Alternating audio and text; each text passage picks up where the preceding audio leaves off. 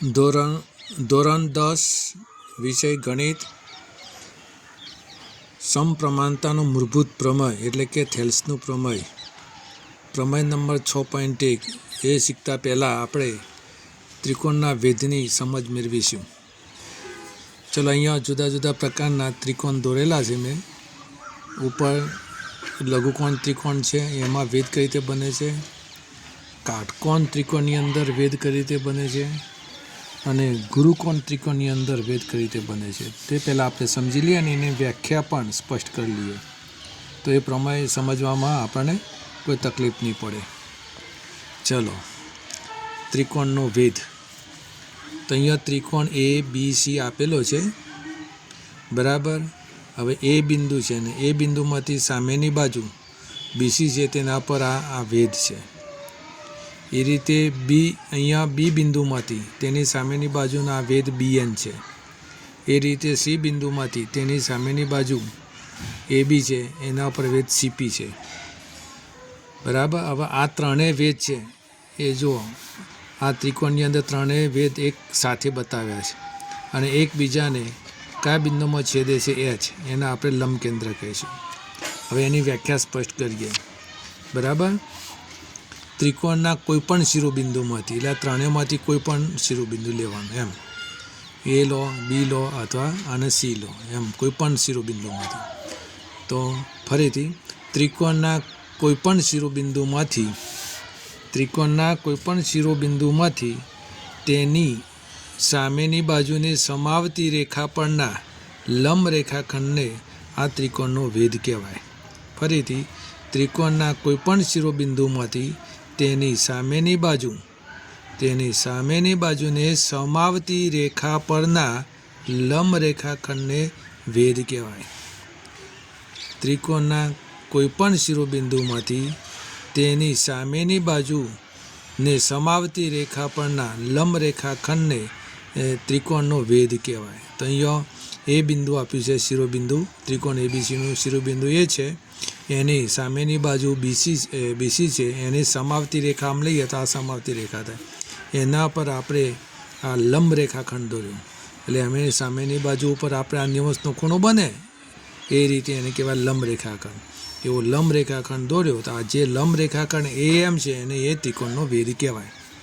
એવી રીતે અહીંયા જો B બિંદુ છે, આ એ બિંદુમાંથી બતાવ્યું એ રીતે B બિંદુમાં આ લઘુકોણ ત્રિકોણમાં એની સામેની બાજુ AC છે, એની સમાવતી રેખા ઉપર આપણે આ લંબ રેખાખંડ દોર્યો, એટલે એની સામેની બાજુ આ N બિંદુએ 90°નો ખૂણો બને એ રીતે આ રેખાખંડ બનાવે, બરાબર. તો આ જે રેખાખંડ બન્યો એને વેધ કહે છે, તો અહીંયા BN વેધ બનશે. એવી જ રીતે અહીંયા C બિંદુ, એની સામેની બાજુ AB છે, એનો વેધ આપણે CP દોર્યો. હવે ત્રણે એક સાથે લઈ ગયા. આ એ બિંદુમાંથી AM વેધ, B બિંદુમાંથી BN વેધ, C બિંદુમાંથી CP વેધ.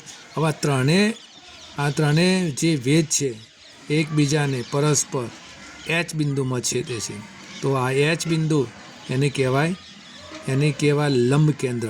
તો Hનું કહેવાય લંબ કેન્દ્ર કહેવાય, એને લંબ કેન્દ્ર કહેવાય, Hને લંબ કેન્દ્ર કહેવાય, બરાબર. આ વાત થઈ લઘુકોણ ત્રિકોણ. તો લઘુકોણ ત્રિકોણની અંદર લંબ કેન્દ્ર ક્યાં હોય તો અંદરના ભાગમાં, અને ત્રણેય વેધ ક્યાં છેદે તો અંદરના ભાગમાં, બરાબર. હવે કાટકોણ ત્રિકોણની વાત કરીએ. તો કાટકોણ ત્રિકોણ ABC અહીંયા આપેલો છે અને ABCમાંથી એ બિંદુમાંથી તેની સામેની બાજુ એટલે કે BC એને સમાવતી રેખા લઈએ અને એના પર લંબ દોરીએ તો B બિંદુએ જ એને લંબ થાય, એટલે AB એ વેધ થશે, બરાબર. તો B બરાબર M, તો AM વેધ લઈએ તો AB બરાબર AM જ થાય, કારણ કે એનું જે એનો વેધ છે, બરાબર. આ કાટકોણ ત્રિકોણનો વેધ છે તે જે કાટખૂણો બને છે એ શિરોબિંદુએ જ એ વેધ તમને મળે. તો આ શિરોબિંદુ કયું છે? B, કાટખૂણાવાળું, અને ત્યાં જ એનો વેધ મળે, તો B બરાબર M થશે, એટલે કાટખૂણા પર જ વેધ મળે છે. હવે B બિંદુમાંથી વાત કરીએ. B બિંદુમાંથી લઈએ તો એને સામેની બાજુ કઈ છે તો AC, એને સમાવતી રેખા આ થઈ ગઈ, અને B બિંદુમાંથી આપણે આ વેધ લઈએ બરાબર. એનો લંબ રેખાખંડ લઈએ તો BN મળશે આ રીતે. એટલે આ એસીને કર્ણ કહેવાય. કાટખૂણો હોય અને સામેની બાજુને કર્ણ કહેવાય. તો કર્ણ ઉપર આ વેધ BN મળશે બી બિંદુમાંથી. બરાબર. હવે સી બિંદુની વાત કરીએ તો સી બિંદુ પણ આના જેમ એ બિંદુમાંથી આપણને વેધ કયો મળ્યો? એ બિંદુમાંથી એ બી જે કાટખૂણો બને છે ત્યાં આપણે વેધ મળે. એવી રીતે સી બિંદુમાં પણ કાટખૂણો ક્યાં મળે છે? તો આ બી. એને સમાવતી રેખા, દાખલા તરીકે સમાવતી રેખા આમ લઈએ તો એનો વેધ ક્યાં મળશે? અહીં. બરાબર. ક્યાં મળશે? બી ઉપર જ. એટલે CN H B આ BC થશે. બરાબર. એટલે આ વેધ મળશે. એટલે કાટકોણ ત્રિકોણમાં બે વેધ ક્યાં મળશે? બે વેધ. એક આ વેધ અને બીજો એક આ વેધ. એટલે કે એ બિંદુનો વેધ અને એ શિરોબિંદુમાં નો વેધ. બંને કાટખૂણો હોય ત્યાં જ મળે. અને જે કાટખૂણો જે બને છે કાટખૂણાનો જે બી બિંદુ ઉપરથી એનો વેધ ક્યાં મળે? તો કર્ણ ઉપર મળે. બરાબર. હવે કાટકોણ ત્રિકોણની અંદર ત્રણેય વેધ ક્યાં મળે છે? તો જુઓ, આ એમાંથી પસાર થતો વેધ, સીમાંથી પસાર થતો વેધ અને આ બીમાંથી પસાર થતો. એ કાટખૂણો બનાવે છે ત્યાં જ ભેગા થાય અને ત્યાં જ એનું લંબ કેન્દ્ર મળે. ત્યાં તેનું આપણને લંબ કેન્દ્ર મળે. બી બિંદુએ ત્રણેય વેધ ભેગા થાય. બરાબર. અને બી બિંદુએ જે ત્યાં ભેગા થાય એટલે કાટખૂણો છે ત્યાં જ એનો વેધ આપણને મળે. તો આ કાટખૂણાની વાત થઈ ગઈ. કાટકોણ ત્રિકોણની વાત થઈ ગઈ. હવે આપણે ગુરુકોણ ત્રિકોણની વાત કરીએ તો ABC એ ગુરુકોણ છે. બરાબર. ABC ગુરુકોણ ત્રિકોણ છે. તો જો આ રહી એટલે 90 કરતાં મોટો ખૂણો દરેક બતાવે છે અહીંયા. બરાબર.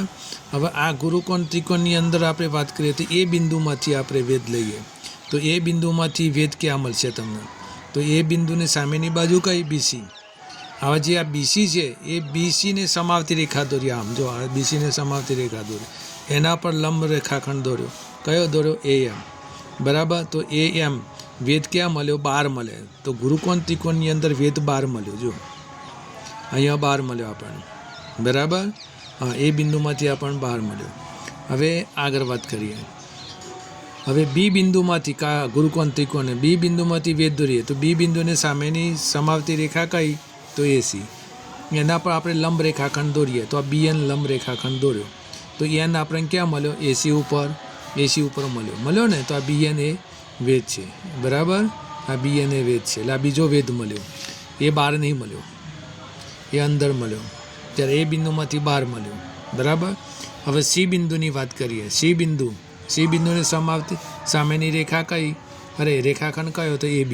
એની સામેની બાજુ ABને સમાવતી રેખા દોરી દીધી અને એના પર લંબ દોરો એના પર. તો CP આપણને આ એક વેધ મળ્યો. બરાબર. એને સામેની બાજુને સમાવતી રેખા ઉપરના લંબ રેખાખંડ દોર્યો. કયો દોર્યો? તો CP. એ 12 આવ્યો. તો અહીંયા વેધ 12 આવ્યા. વેધ કેટલા આવ્યા? ગુરુકોણ ત્રિકોણની અંદર 12 આવ્યા. એક જ વેધ એ અંદર આવ્યો. બરાબર. એટલે કે ગુરુકોણ હોય એટલે એની સામેની બાજુ છે એ અંદર જ મળશે. હવે આ ત્રણેય વેધને ભેગા કરીએ. એમાંથી પસાર થતો આ વેધ, આ સીમાંથી પસાર થતો વેધ અને આ બીમાંથી પસાર થતો વેધ. ત્રણ વેધ જો 12 મળે છે. ત્રણ વેધ ક્યાં મળે છે? 12 મળે છે. આ 12 H બિંદુએ મળે છે. તો લંબ કેન્દ્ર ક્યાં આવ્યું? 12 આવ્યું. તો ગુરુકોણ ત્રિકોણની અંદર લંબ કેન્દ્ર ક્યાં આવ્યું? 12 આવે. કાટકોણ ત્રિકોણની અંદર લંબ કેન્દ્ર ક્યાં આવ્યું? તો કાટખૂણો હોય ત્યાં આવ્યું. અને લઘુકોણ ત્રિકોણની અંદર લંબ કેન્દ્ર ક્યાં આવ્યું? તો ત્રિકોણના અંદરના ભાગમાં આવ્યું. લંબ કેન્દ્ર ક્યાં આવ્યું? ત્રિકોણના અંદરના ભાગમાં. એટલે લઘુકોણ ત્રિકોણમાં લંબ કેન્દ્ર અંદરના ભાગમાં આવે. કાટકોણ ત્રિકોણની અંદર લંબ કેન્દ્ર એ કાટખૂણો બનાવે ત્યાં આવે. અને ગુરુકોણ ત્રિકોણની અંદર લંબ કેન્દ્ર બહાર આવે. બરાબર. હા, તો આ રીતે આપણે લંબ કેન્દ્રની વાત કરી. બરાબર ને? હા, ચલો પછી આના પરથી આપણે પ્રમેયની વાત કરીશું. એ આવતા પછીના વિડીયોમાં આપણે જોઈ લઈએ. બરાબર ને? તો આ સમજી લેજો. આ આપણે સમજી લેવાનું.